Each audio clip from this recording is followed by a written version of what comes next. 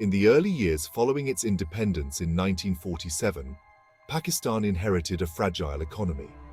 The partition from India brought chaos and disruption, making resources scarce and leaving infrastructure underdeveloped. From the start, Pakistan faced an uphill battle. Despite these challenges, the nation showed early promise, with agriculture, particularly cotton production, providing a vital economic lifeline. The young nation sought to establish a foothold in the global market, but limited access to capital hindered its growth potential. In a bid for support, Pakistan turned to international institutions for assistance. In 1958, it received its first IMF bailout package, which aimed to address balance of payments difficulties and provided much-needed foreign exchange reserves. This marked the beginning of Pakistan's long and complex relationship with the IMF.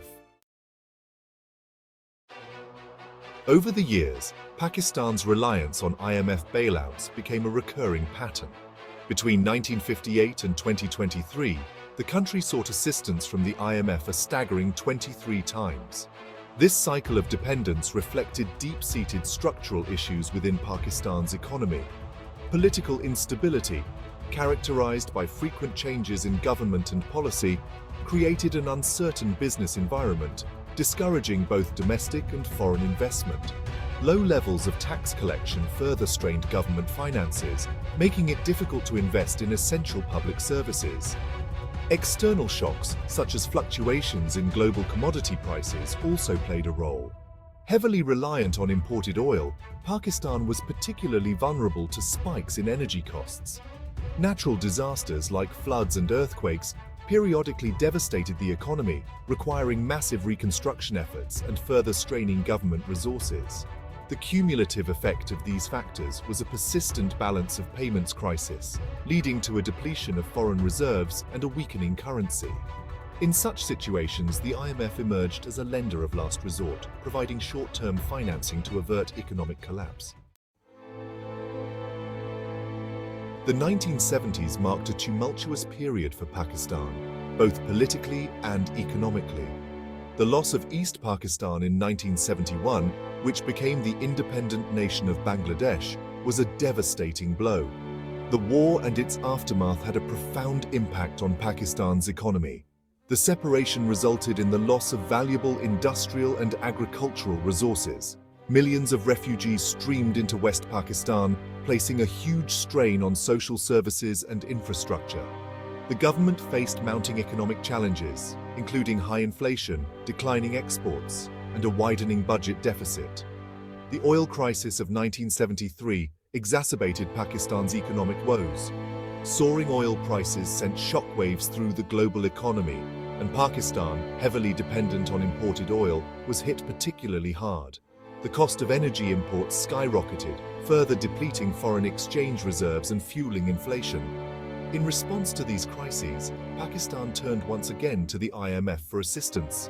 The IMF provided loans to help stabilize the economy and address the balance of payments crisis, but these bailouts came with conditions attached.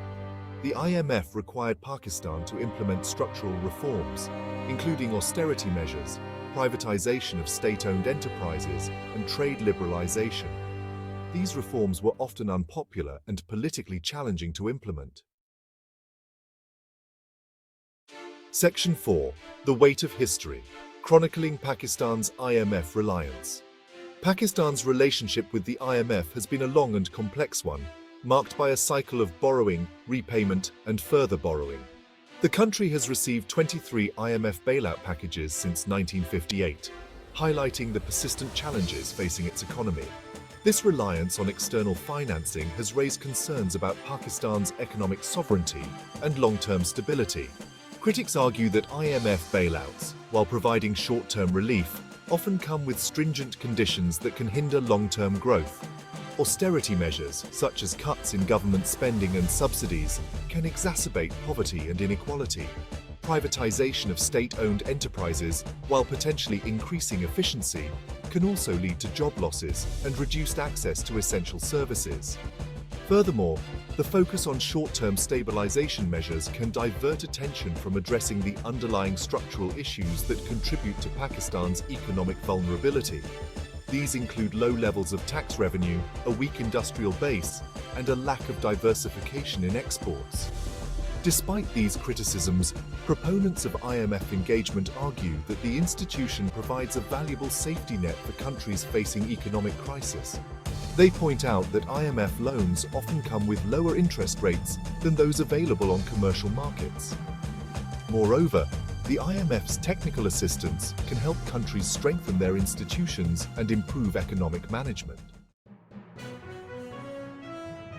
Section 5. A crushing debt burden. The price of IMF bailouts. Pakistan's repeated reliance on IMF bailouts has come at a cost. The country has accumulated a massive external debt burden, which has become increasingly difficult to manage.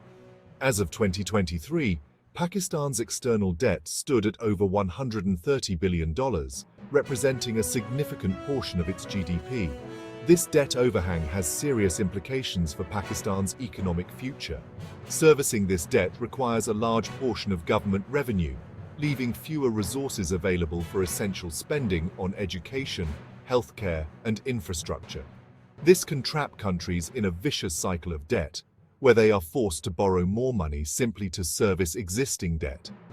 High debt levels can also deter foreign investment, as investors become concerned about the risk of default.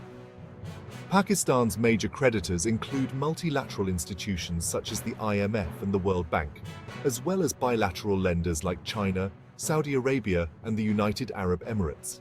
China has emerged as a major creditor in recent years, particularly through its Belt and Road Initiative, which has funded infrastructure projects in Pakistan. The growing influence of China in Pakistan's economy has raised concerns about debt sustainability and potential political leverage. Some analysts worry that Pakistan could become overly reliant on Chinese financing, which could have implications for its strategic autonomy. Section 6. The Road Ahead. Navigating Pakistan's economic future. Pakistan faces significant economic challenges, but there are also glimmers of hope. The country has a young and growing population, which could provide a demographic dividend if provided with education and employment opportunities.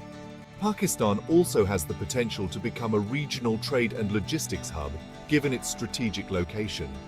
Addressing Pakistan's economic woes will require a multifaceted approach. Structural reforms are crucial to boost productivity, attract investment, and create jobs. This includes improving tax collection, strengthening governance, and fostering a more conducive business environment. Diversifying the economy away from its reliance on traditional sectors like agriculture and textiles is also essential. Investing in education, healthcare, and infrastructure can unlock the potential of Pakistan's young population and drive long-term growth. Pakistan's relationship with the IMF is likely to remain complex and evolving. While IMF assistance can provide a lifeline in times of crisis, it is not a sustainable solution.